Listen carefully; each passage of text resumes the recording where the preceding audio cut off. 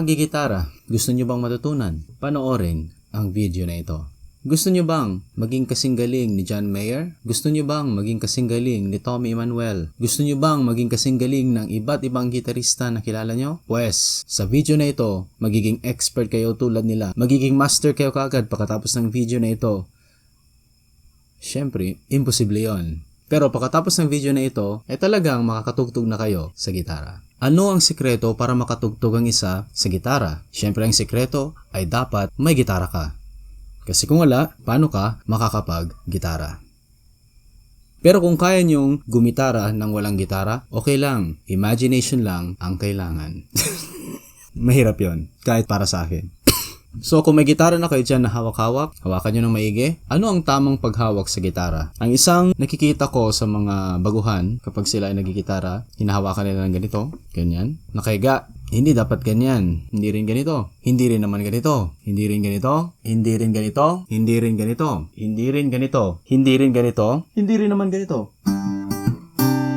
Paano? Ganito ang tamang paghawak. Ito, ipatong sa inyong hita. And dapat talagang hindi nakaganyan or ganyan, but straight lang. Ngayon, kailangan nyo malaman ang mga parts ng gitara, ang mga importante lang na parts. Ang gitara ay merong 6 strings. Ang tawag sa strings mula baba pataas, 1st, 2nd, 3rd, 4th, 5th, and 6th string. Ito naman ay mga frets. Ayan, yung mga nakikita nyo mga line na yan. Pero ang mga gitarista, madalas, tinatawag na lang nila ang fretbar na frets. Halimbawa, ang G chord, pipindutin mo ang G note niya sa 3rd fret, 6th string.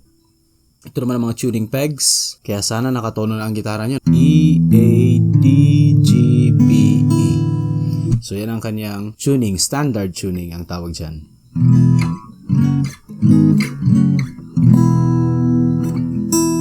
Next, focus kayo sa aking kanang kamay. Ito. Ang tawag dito ay strumming, yung kinakaskas ang gitara. Ang tawag naman dito ay plucking ang tawag doon. Kasi pinapluck mo ang mga string. Pluck. Yan. Dito, ang tawag naman dito ay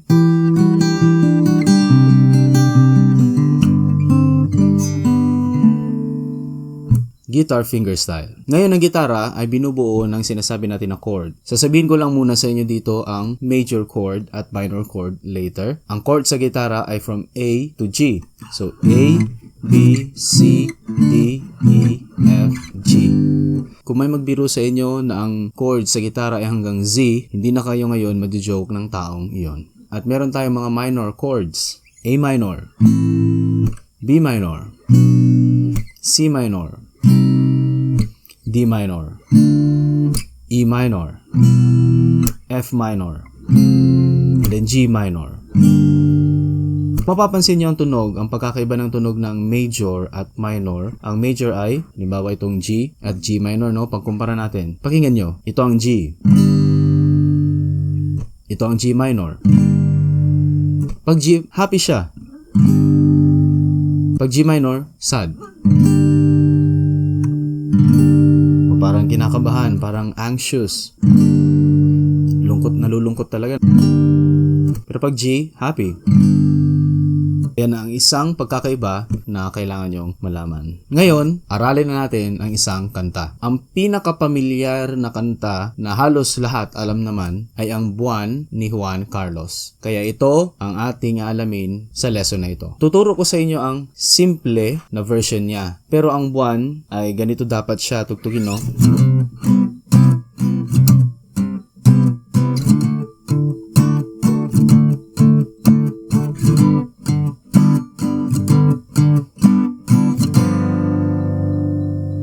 Pero ang simple na version niya ay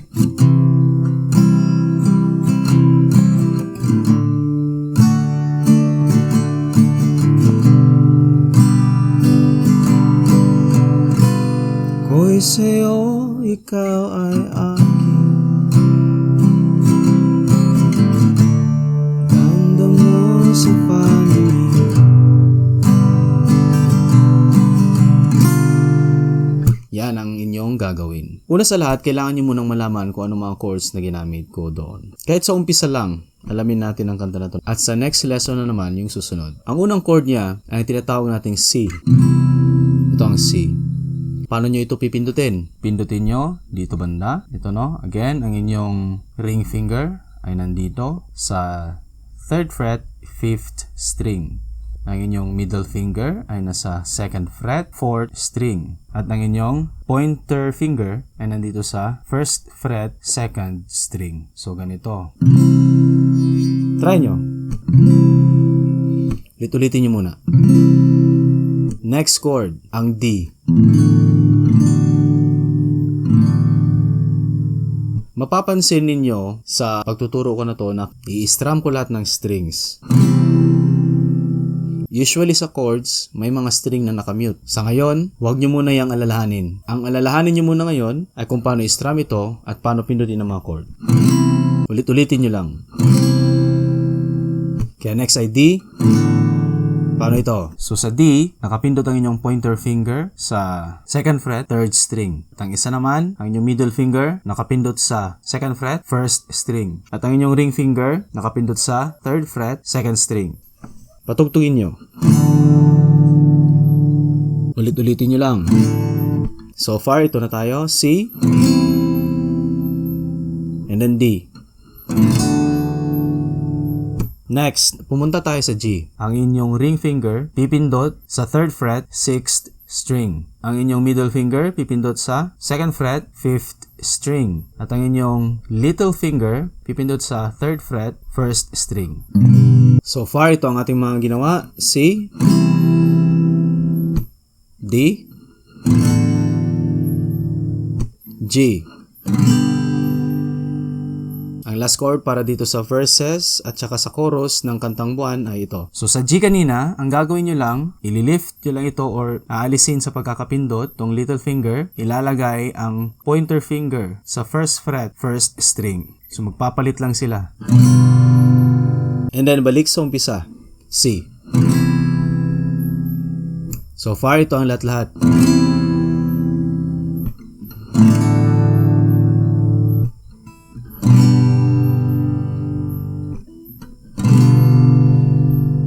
Try natin kantahin. Ako'y sa'yo, ikaw ay akin.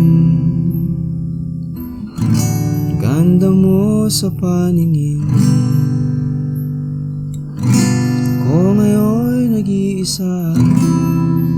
Hanggang dyan lang muna. Ulit-ulitin nyo lang yon. Ngayon, kung mapapansin ninyo, yung G kanina, ganito, G7, G7 ang tawag dito, ang dali na lang bumalik sa C. Ibababa lang tong dalawa, and then itataas naman tong pointer finger. Nasa C na kayo kagad.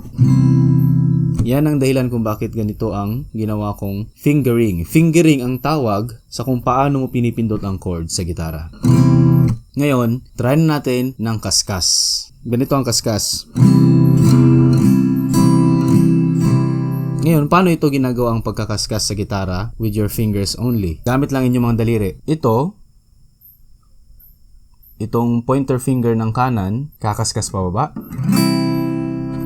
At ang thumb ng kanan, kakaskas or mag-strum pataas.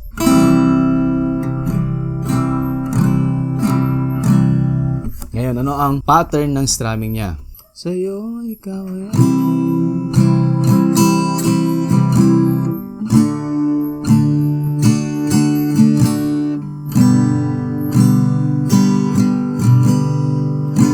ganun ang pattern niya. Down, down, up, up, up, down, down, down, up, up, up, down, down, down, up, up, up, down, down, down, up, up, up, down. Ulitin natin sa mas mabagal. Down, down, up, up, up, down, down, down, up, up, up, down. Mabilis yung up-down sa bandang huli. Down, down, up, up, up, down. Up, up, up, down. So may pause ng konti siya doon. Up, up. And then pause ng konti. Up, down. Mabilis na up, down. And then lilipat na kayo sa iba. Down, down, up, up, up, down. Down, down, up, up, up, down. Down, down, up, up, up, down. Ganon ang strumming pattern nito. Ulit-ulitin nyo lang yon hanggang sa makuha nyo na siya. Bagalan natin. Again.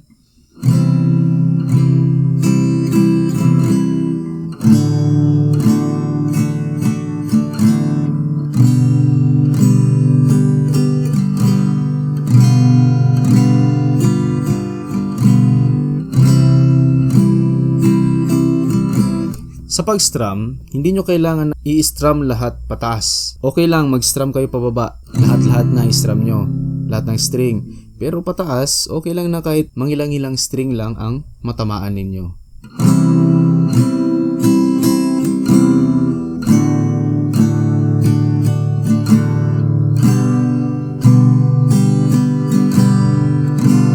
Ako'y sa'yo, ikaw ay akin.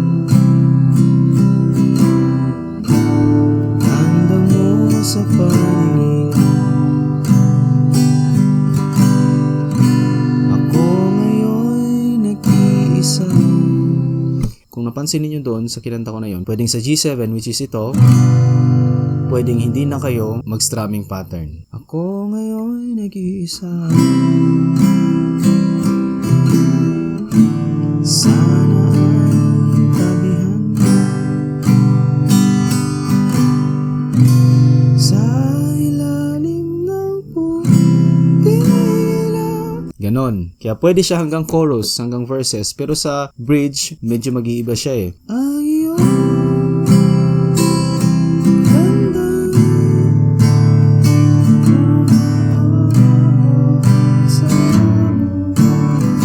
So may iba siya no na ginawa.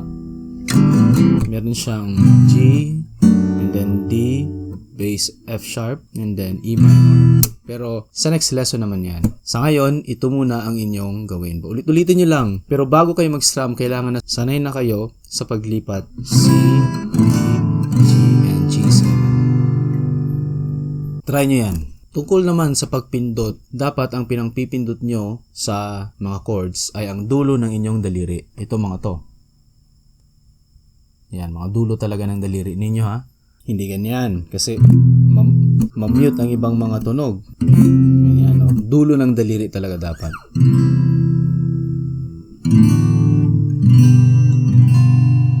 Kaya subukan nyo yan. Huwag kayong tumigil sa pagkikitara. Konting encouragement lang para sa inyo. Ganyan din ako nag-umpisa noon. At ang pinakauna ko noong nalamang kanta ay ang Hawak Kamay by Yeng Constantino. Yan kasi yung uso sa amin noon at yan ang mas madali. Pero syempre ngayon, iba ng panahon. At mas maganda na kung ano yung uso ngayon, yun ang inyong aalamin. At ang nakita ko talaga, napansin ko ay itong C, D, G at G7 ng Buwan by Juan Carlos. Sana'y marami kayong natutunan dito. Patuloy lang kayong maggitara. Huwag kayong susuko. Ganyan din ang aking umpisa noon. Hanggang sanay lang.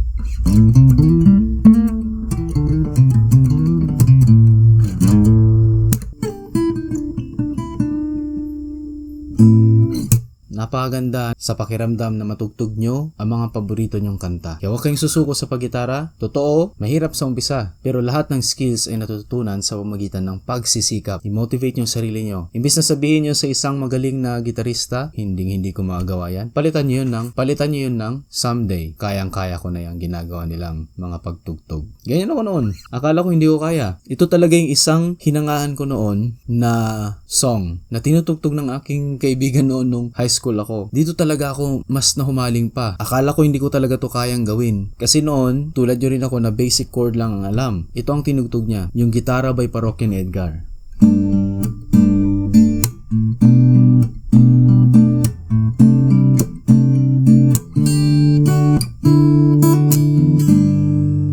Tinugtog niya lang ito noon tapos talagang humanga ako dahil paano mo nagagawa yun? Paano mo naigaganito yung mga string, sumasaliw sa musika, sumasaliw lang sa rhythm, sa beat. Kaya dun din nagsimula ang lahat-lahat. Kaya huwag kayong susuko sa paggitara, kaya nyo yan. Salamat sa panonood sa video ito.